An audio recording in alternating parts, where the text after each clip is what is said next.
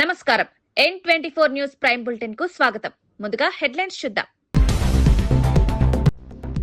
జనాభా మార్పులపై అధ్యయనానికి అమిత్ షా ఆదేశాలు. సరిహద్దు జిల్లాలో జనాభా మార్పులపై పరిశీలన, అక్రమ వలసల ప్రభావాన్ని అధ్యయనం చేయాలని అమిత్ షా. జాతీయ భద్రతపై జనాభా మార్పుల ప్రభావం పరిశీలనకు ఆదేశం. ఉద్యోగాల నియామకాలపై జగన్ ను ప్రశ్నించిన విజయ్ కుమార్. సచివాలయ ఉద్యోగాల్లో అవకతవకలపై సమాధానం చెప్పాలన్న నేత. డీఎస్సీ నియామకాలు పూర్తిగా పారదర్శకం, రాజకీయ ప్రయోజనాలకు ఉద్యోగాలు వాడారన్న ఆరోపణ.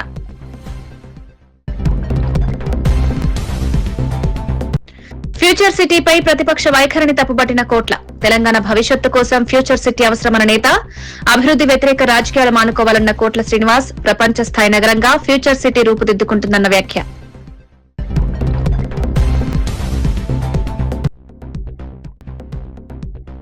రెండేళ్ల పాలనపై కూటమి ప్రభుత్వాన్ని విమర్శించిన కళ్యాణి. అభివృద్ది కాదు వెన్నుపోటు పాలన అన్న వరదు కళ్యాణి.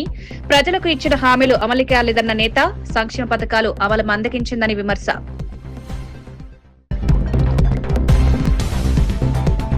తెలంగాణ భవిష్యత్తుపై కాంగ్రెస్ పై కేటీఆర్ తీవ్ర విమర్శలు. ఉద్యమాలతో సాధించిన తెలంగాణ దారి తప్పుతోందన్న కేటీఆర్. రాష్ట్ర అభివృద్దిలో ప్రభుత్వం విఫలం, తెలంగాణ కోసం పోరాటం కొనసాగిస్తామన్న కేటీఆర్.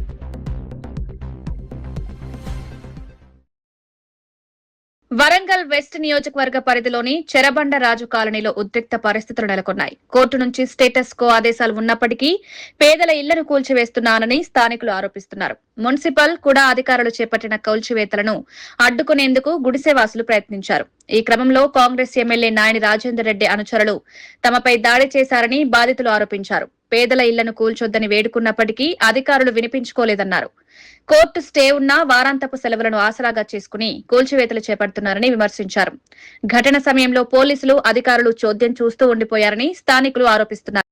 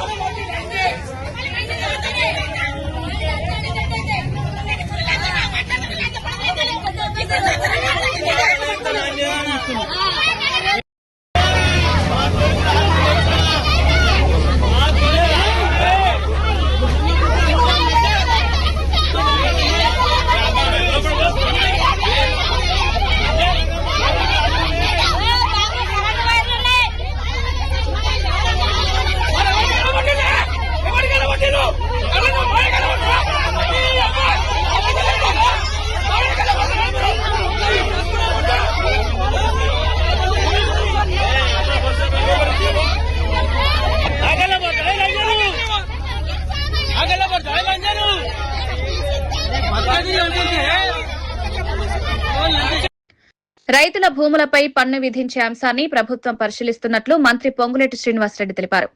భూములపై పన్ను అమలు చేస్తే భూ ఆక్రమణలకు అడ్డుకట్టపడడంతో పాటు భూములకు భద్రత పెరుగుతుందని అభిప్రాయపడ్డారు. ఈ అంశంపై అసెంబ్లీలో చర్చించి నిర్ణయం తీసుకోవాలని ప్రభుత్వం ఆలోచిస్తున్నట్లు వెల్లడించారు. భూ రికార్డుల పరిరక్షణ, భూముల యాజమాన్య హక్కుల భద్రత కోసం కొత్త విధానాలు అవసరమని పేర్కొన్నారు. భూములపై స్పష్టమైన సమాచారం ఉండడం వల్ల వివాదాలు తగ్గే అవకాశం ఉందన్నారు. రైతుల ప్రయోజనాలను దృష్టిలో ఉంచుకుని తుది నిర్ణయం తీసుకుంటామని తెలిపారు. ఆనాడు రకం కట్టడం అనేది పటేళ్లు పట్టువారీలు ఉన్నప్పుడు ఆ వ్యవస్థ కొద్ది రోజులు తీసేసిన తర్వాత కూడా రకం కట్టేది ఒక వ్యవస్థ ఉండేది. అదే రకంగా ఈ రకం కట్టడం వలన ఆనాట్లాగా ఎకరానికి 3 డిజిట్లో 100 రూపాయలు 200 రూపాయలు కాకుండా నామినల్ కాస్ట్ పెట్టి ఈ నామినల్ కాస్ట్ రకం రిసీట్ కనుక ఇచ్చినట్లయితే ఆ భూమికి సంబంధించింది ఒక భద్రత ఆ భూమిలో ఉన్న వాళ్ళకి ఒకటి కలుగుతుంది. దానివల్ల ఈ భూమి 1/17 ఎస్పెషల్లీ 1/17 లేని ప్రాంతాల్లో ప్రాబ్లంలు కొన్ని సాల్వ్ అవుతాయి. 1/17 ప్రాంతంలో కూడా ఎస్పెషల్లీ ఇప్పుడు వాళ్ళకి అసలు కొన్ని ప్రాంతాలు అనేది ఏ ఆధారమూ లేదు, ఏ కాగితమూ లేదు. ఏ కాగితం లేకని కారణంగా అసలు ఈ భూమి నాదేనా నాది కాదా అని ఆ భూమి ఆసామి ఉలిక్కి పడి లెగిస్తే తనకు వచ్చే ధర్మ సందేహంలో నిజం కూడా లేకపోలేదు. అటువంటి సంబంధించింది సాల్వ్ చేయడానికి అదొక మనం అఫీషియల్గానే చేయాలి, వెరీ నామినల్ ఛార్జ్తో అనేది ఒక కాన్సెప్ట్. కొన్ని స్టేట్లలో దీని మీద స్పెషల్గా స్టేట్ గవర్నమెంట్లు కొన్ని పాలసీలు తీసుకొచ్చాయి.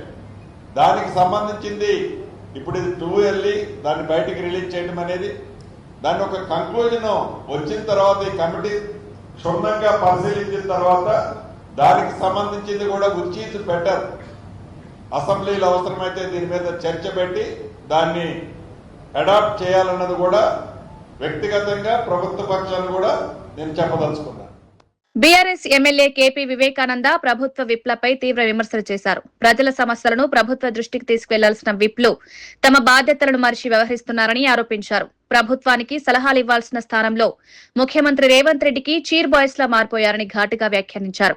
శాసనసభలో ప్రజా సమస్యలపై చర్చించాల్సిన వారు రాజకీయ ప్రచారానికి పరిమితమవుతున్నారని విమర్శించారు. ప్రజాస్వామ్య వ్యవస్థలో విప్ల పాత్ర ఎంతో కీలకమని, కానీ ప్రస్తుతం ఆ వ్యవస్థ బలహీనపడుతోందన్నారు. ఈ రోజు ఎట్లా అయిపోయిందంటే ఈ ప్రభుత్వ వీళ్ళు విప్లవ పరిస్థితి ఏ రకంగా అయిపోయిందంటే మనకి చీర్ గర్ల్స్ ఉండే పరిస్థితి ఉంటుంది. ఐపీఎల్ చీర్ గర్ల్స్ ఉంటారు, సేమ్ అదే చీర్ బాయ్స్ లాగా తయారయ్యారు వీళ్ళు. రేవంత్ రెడ్డి గారికి చీర్ బాయ్స్, ఆయన తిట్టంగానే ఆహో తిట్టంగానే బూతులు మాట్లాడంగానే చీర్ బాయ్స్ లాగా బయటకు వచ్చి మాట్లాడుతున్నారు. ఈ యొక్క ఆది శ్రీనివాస్ పరిస్థితి సేమ్ అట్లే ఉన్నది. అరే పరిస్థితి ఏంది, మీరు 3వ స్థానానికి పడిపోయారు తెలుసుకోరా బాబు అంటే కూడా దానిపైన ఆలోచన చేయకుండా, ప్రజలకి సరైన పాలన ఇచ్చకుండా మా పైన బురద జల్లే ప్రయత్నం చేస్తా ఉన్నారు. తెలంగాణ రాష్ట్ర పరిస్థితిపై బీఆర్ఎస్ వర్కింగ్ ప్రెసిడెంట్ కేటీఆర్ తీవ్ర ఆందోళన వ్యక్తం చేశారు. ఎన్నో ఉద్యమాలు త్యాగాలతో సాధించుకున్న తెలంగాణ నేడు కాంగ్రెస్ పాలనలో దారి తప్పుతోందని విమర్శించారు. పుష్కర తెలంగాణను ముష్కరులుగా పాలుగా మార్చేశారని ఆరోపించారు. రాష్ట్ర అభివృద్ధి, పెట్టుబడులు, ఉపాధి అవకాశాల విషయంలో ప్రభుత్వం విఫలమైందన్నారు. ప్రజల ఆశయాలకు విరుద్ధంగా పాలన జరుగుతోందని పేర్కొన్నారు. తెలంగాణ కోసం పోరాడిన ప్రజల ఆకాంక్షలు నెరవేరడం లేదని విమర్శించారు.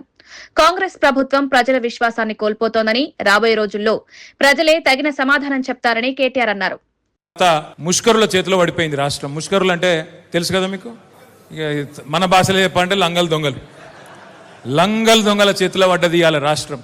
నేనేదో రేవంత్ రెడ్డి గారి మీద కోపంతోనో, ఆయన మీద ఈర్ష్యతోనో, అసూయతోనో నేను మాట్లాడతలేను, బాధతో మాట్లాడుతున్నా.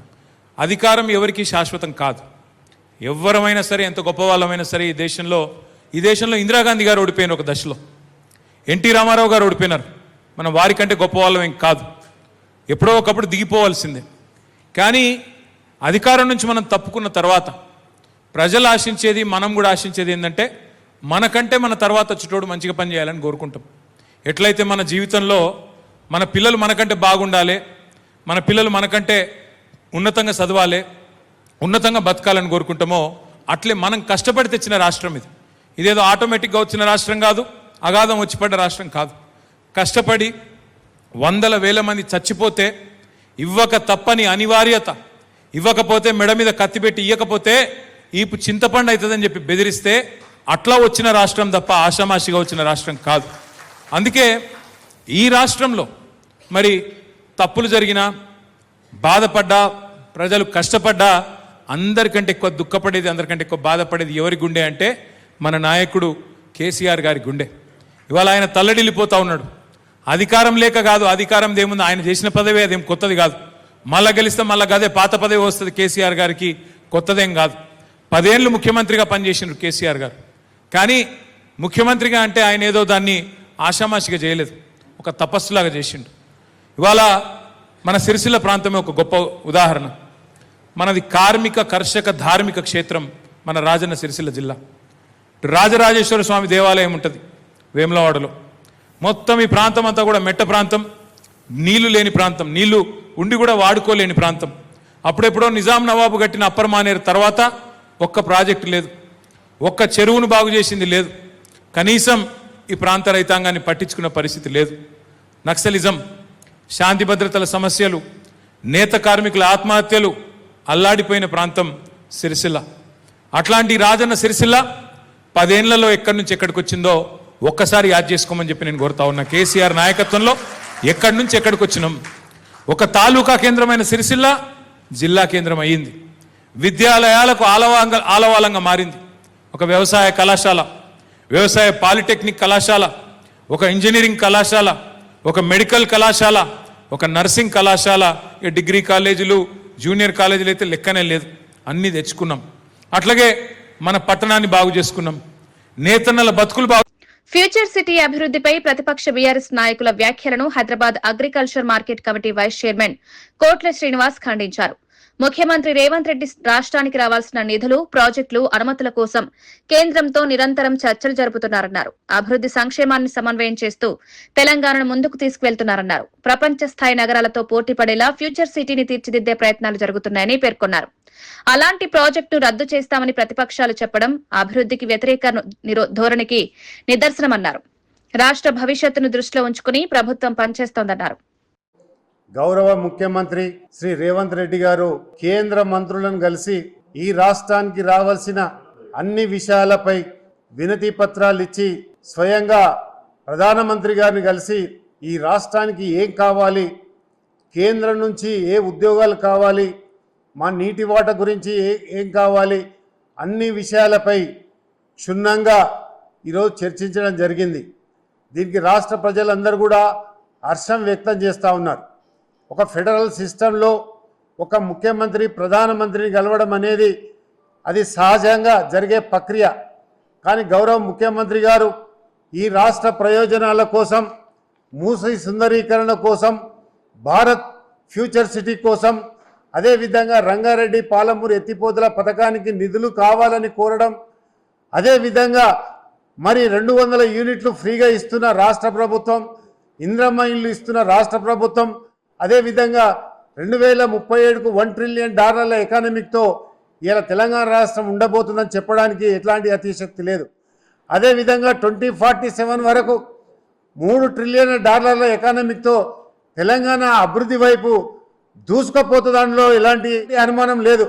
అదేవిధంగా ఇలా కేంద్ర మంత్రులను ఈరోజు ఐఏఎం కావాలని, అదేవిధంగా ఈ రాష్ట్రానికి కావాల్సిన అన్ని డిమాండ్తో కూడుకున్న వినతి పత్రాలు ఇస్తే ఒక మాజీ మంత్రి హరీష్ రావు గారు ఉండి మేము అధికారంలోకి రాగానే భారత్ ఫ్యూచర్ సిటీని రద్దు చేస్తాం, అదేవిధంగా హైడ్రాను రద్దు చేస్తాం అంటే మీ దివాలుకోరు రాజకీయతనానికి ఇది నిదర్శనం కాదా అని సందర్భంగా అడగదలుచుకున్నాం. ఒకవైపు గౌరవ ముఖ్యమంత్రి గారు ఈ రాష్ట్రానికి దేశంలోనే కాదు ఈ ప్రపంచంలోని జపాన్, జర్మనీ, టోక్యోతో పోటీ పడుతుంటే మీరు దిగాలుకోరు రాజకీయం చేసి ఇలా రాష్ట్ర పరువును బజార్కిచ్చే దశగా ఇలా టీఆర్ఎస్ నాయకులు. కూటమి ప్రభుత్వ 2 ఏళ్ల పాలనపై వైఎస్ఆర్సీపీ ఎమ్మెల్సీ వరుదు కళ్యాణ్ విమర్శలు గుప్పించారు. ప్రభుత్వం నిర్వహిస్తున్న కార్యక్రమాలకు 2 ఏళ్ల అభివృద్ధి అని పేరు పెట్టడం కంటే 2 ఏళ్ల వెన్నుపోటు, సంక్షోభం, అరాచకమని పేరు పెడితే సరిపోయేదని వ్యాఖ్యానించారు. ప్రజలకు ఇచ్చిన హామీలు అమలు కాలేదని ఆరోపించారు. పాలనలో పారదర్శకత లేకపోవడంతో ప్రజలు ఇబ్బందులు పడుతున్నారని పేర్కొన్నారు. సంక్షేమ పథకాల అమలు మందగించిందని విమర్శించారు. ప్రజల ఆశలు నెరవేరలేదని, ప్రభుత్వంపై అసంతృప్తి పెరుగుతోందన్నారు. 2 ఏళ్ల వెన్నుపోటు, సంక్షోభం, అలాగే అరాచకం అని పేరు పెట్టుంటే చాలా బాగుంటుందని రాష్ట్ర ప్రజలందరూ అంటూ ఉన్నారు. ఎందుకంటే ఎన్నికల్లో ప్రతి 18 ఏళ్ళు నుండి 60 సంవత్సరాలు లోపలున్న మహిళకు నెలకి 1500 చొప్పున అంటే ఏడాదికి 18,000 రూపాయల చొప్పున ఇస్తానని హామీ ఇచ్చి ఇంటింటికి వెళ్ళి బాండ్స్ పంచి మేనిఫెస్టోలో కూడా చెప్పి ఈరోజు 2వ ఏడాది విజయోత్సవ సభ అని పెట్టుకొని అందులో ఏ విధంగా మాట్లాడారో, ఆ ఆడబిడ్డ నిధికి ఏ విధంగా తూట్లు పొడిచారో మనందరము చూసాం. ఈ విధంగా 2 కోట్ల మంది మహిళలకి ఎన్నికల సమయంలో 1,80,00,000 మంది మహిళలు దీనికి అర్హులు ఉన్నారు. ఈ 2 ఏళ్లలో ఇంకో 20 లక్షల మంది, మొత్తం కలిపి 2 కోట్ల మంది మహిళలకి వెన్నుపోటు పొడిచారు. అంత దారుణంగా మోసం చేయడం నిజంగా చాలా దారుణం. అసలు హైదరాబాద్ లోని దుండిగల్ ఎయిర్ ఫోర్స్ అకాడమీలో గ్రాడ్యుయేషన్ పరేడ్ ఘనంగా నిర్వహించారు. ఈ కార్యక్రమానికి కేంద్ర రక్షణ శాఖ మంత్రి రాజ్నాథ్ సింగ్ ముఖ్య అతిథిగా హాజరయ్యారు. Air force, navy, coast guard ట్రైన్లకు వింగ్స్, బ్రేవెట్స్ అందజేశారు. దేశ రక్షణకు సిద్దమవుతున్న యువ అధికారుల ప్రతిభను మంత్రి అభినందించారు. పరేడ్లో సుఖోయ్ యుద్ద విమానాల విన్యాసాలు ఆకట్టుకున్నాయి. సూర్యకిరణ్, సారంగ్ ఏరోబాటిక్ బృందాల ప్రదర్శనలు ప్రేక్షకులను అలరించాయి. దేశ భద్రతలో యువ అధికారుల పాత్ర ఎంతో కీలకమని రాజ్నాథ్ సింగ్ పేర్కొన్నారు.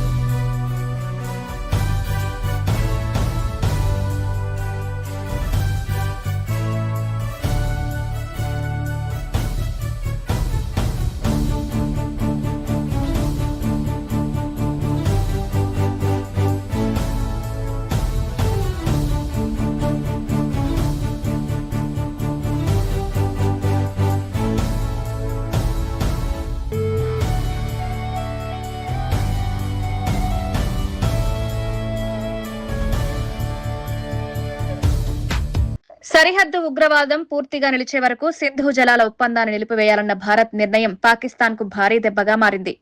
ఈ నిర్ణయంతో అక్కడ తీవ్రత నీటి కొరత ఏర్పడినట్లు స్థానిక మీడియా కథనాలు చెబుతున్నాయి. కాలువలు ఎండిపోతుండటంతో వ్యవసాయ రంగం సంక్షోభంలోకి వెళ్లిందని సమాచారం. పంటల సాగు దెబ్బతినడంతో రైతులు తీవ్ర ఇబ్బందులు ఎదుర్కొంటున్నారు. నీటి వనరులు తగ్గిపోవడంతో పలు ప్రాంతాల్లో ఆందోళన వ్యక్తమవుతోంది. భారత్ తీసుకున్న కఠిన నిర్ణయం వల్లే ఈ పరిస్థితి ఏర్పడిందని పాకిస్తాన్ మీడియా పేర్కొంటోంది. నీటి సమస్య మరింత తీవ్రమైతే ఆర్థిక వ్యవస్థపై కూడా ప్రభావం పడే అవకాశం ఉందని విశ్లేషకులు అభిప్రాయపడుతున్నారు. వైఎస్ఆర్సీపీ హయాంలో జరిగిన గ్రామ వార్డు సచివాలయ ఉద్యోగాల నియామకాలపై టీడీపీ నేత విజయ్ కుమార్ విమర్శలు చేశారు. 2 లక్షల ఉద్యోగాలు భర్తీ చేస్తామని చెప్పి జగన్ ఆ నియామకాలలో జరిగిన అవకతవకల గురించి కూడా మాట్లాడాలని సవాల్ విసిరారు. అప్పట్లో దాదాపు 90% ఉద్యోగాలు పార్టీ కార్యకర్తలకే ఇచ్చారని వైఎస్ఆర్సీపీ నాయకులే చెప్పారని గుర్తు చేశారు. ప్రభుత్వ ఉద్యోగాలను రాజకీయ ప్రయోజనాల కోసం వినియోగించారని ఆరోపించారు. ప్రస్తుతం కూటమి ప్రభుత్వం నిర్వహించిన డీఎస్సీ నియామకాలు పూర్తిగా పారదర్శకంగా జరిగాయన్నారు. అలాంటి నియామకాలపై ఆరోపణలు చేయడం ఆశ్చర్యకరమని వ్యాఖ్యానించారు. మీ ప్రభుత్వం 2019 సెప్టెంబర్లో రిక్రూట్మెంట్ చేపట్టినప్పుడు ఇట్లాంటి నవీన్లు ఒకరు కాదు, మా దగ్గర ఒకరున్నారు, అతను కనిపెట్టాం, ఉద్యోగం ఇవ్వలేదు. మాకు లెక్క తెలిసి 20-25 మంది దాకా నవీన్లు బయటపడ్డారు. మీ అంతర్గత అనుచరులు, మీ కాంటాక్ట్ డేటా ఆపరేటర్లు, మీకు నచ్చిన సామాజిక వర్గానికి చెందిన వాళ్ళు, మీ ఊరి వాళ్ళు, మీ ప్రాంతం వాళ్ళు, మీ నాయకుల అనుచరులు, రకరకాలుగా మీరు ఏకంగా 1,25,000 ఉద్యోగాలతో మీ అనుచరుల కోసం ప్రభుత్వ నియామక సంక్షేమ పథకాన్ని మొదలుపెట్టారు. జి అనితమ్మ ఉరఫ్ అనితారెడ్డి, ఈ పేరు గుర్తుందా మీకు? అత్యంత పోటీ ఉన్న కేటగిరీ పంచాయత్ సెక్రటరీ గ్రేడ్ 5 150 మార్కులు గాను 112.25 మార్కులు సాధించి స్టేట్ ఫస్ట్ ర్యాంకర్ గా వచ్చింది. విజయవాడలో ఏపీపీఎస్సీ ఆఫీసులోనే అప్పటికి 8 ఏళ్లుగా active out sourcing junior computer assistant గా ఆమె పనిచేస్తుంటే ఫీల్డ్ వెరిఫికేషన్ లో తెలియంది. మీరు ఏమైనా చేశారా? ఏమీ చేయలేదు. ఫస్ట్ ర్యాంక్ అని చెప్పి పొలమాలేసి ఆ చేత ప్రెస్ మీట్ కూడా పెట్టించి ఆమెకి ఉద్యోగం ఇచ్చారు. దొడ్డ వెంకట రెడ్డి ఆర్ట్స్ లో సెకండ్ ర్యాంకు, అటు సైన్సెస్ లో ఫస్ట్ ర్యాంక్ వచ్చేసింది. ఈ దొడ్డ వెంకటరెడ్డి అనే వ్యక్తి ఏపీపీఎస్సీలో అత్యంత రహస్యమైన డేటా విభాగానికి పర్యవేక్షకుడుగా పనిచేస్తున్న మల్లికార్జున్ రెడ్డి గారికి సాక్షాత్తు తమ్ముడు గంజివరపు లోవరాజు. వెంకటరెడ్డితో సమానంగా 111.5. వినోద్ కుమార్ ఎక్కడో ఉండే ఉంటాడు ఉద్యోగంలో. ఎస్ శ్రీనివాసులు దేశంలోని సరిహద్దు జిల్లాల్లో చోటు చేసుకుంటున్న జనాభా మార్పులపై సమగ్ర అధ్యయనం చేపట్టాలని కేంద్ర హోంమంత్రి అమిత్ షా ఉన్నత స్థాయి కమిటీకి ఆదేశించారు. ఢిల్లీలో కమిటీ సభ్యులతో నిర్వహించిన సమావేశంలో ఆయన కీలక సూచనలు చేశారు. అక్రమ వలసలు, ఇతర అసాధారణ కారణాల వల్ల జనాభా కూర్పులో వస్తున్న మార్పులను పరిశీలించాలని పేర్కొన్నారు. సరిహద్దు ప్రాంతాలతో పాటు మెట్రో నగరాలు, పారిశ్రామిక పట్టణాలను కూడా సందర్శించి వాస్తవ పరిస్థితులను అంచనా వేయాలని సూచించారు. గత నెలలో సుప్రీంకోర్టు మాజీ న్యాయమూర్తి ప్రకాష్ ప్రభాకర్ నవల్కర్ నేతృత్వంలో ఈ కమిటీ ఏర్పాటైంది. జనాభా మార్పులు జాతీయ భద్రత, సార్వభౌమత్వం, శాంతి భద్రతలతో పాటు సామాజిక పరిస్థితులపై కూడా ప్రభావం చూపుతాయని అమిత్ షా అభిప్రాయపడ్డారు. సమస్యల మూలాలను గుర్తించి తగిన విధానపరమైన, చట్టపరమైన పరిపాలనా చర్యలపై సిఫారసులు చేయాలని కమిటీకి సూచించారు. జనాభా మార్పులపై అధ్యయనానికి అమిత్ షా ఆదేశాలు. సరిహద్దు జిల్లాలో జనాభా మార్పులపై పరిశీలన, అక్రమ వలసల ప్రభావాన్ని అధ్యయనం చేయాలని అమిత్ షా, జాతీయ భద్రతపై జనాభా మార్పుల ప్రభావం పరిశీలనకు ఆదేశం. ఉద్యోగాల నియామకాలపై జగన్ను ప్రశ్నించిన విజయ్ కుమార్. సచివాలయ ఉద్యోగాల్లో అవకతవకలపై సమాధానం చెప్పాలన్న నేత. డీఎస్సీ నియామకాలు పూర్తిగా పారదర్శకం, రాజకీయ ప్రయోజనాలకు ఉద్యోగాలు వాడారన్న ఆరోపణ.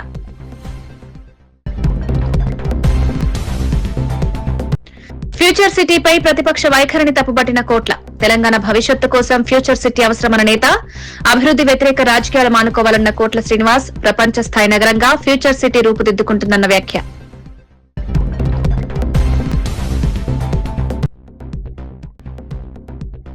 రెండేళ్ల పాలనపై కూటమి ప్రభుత్వాన్ని విమర్శించిన కళ్యాణి. అభివృద్ది కాదు, వెన్నుపోటు పాలన అన్న వరదు కళ్యాణి. ప్రజలకు ఇచ్చిన హామీలు అమలు కాలేదన్న నేత. సంక్షేమ పథకాలు అమలు మందగించిందని విమర్శ.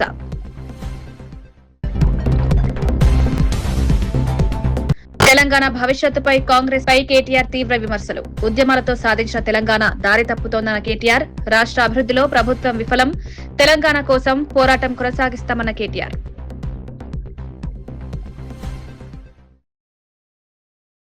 ఇవి N24 ప్రైమ్ బులెటిన్ ముఖ్యాంశాలు. నమస్కారం.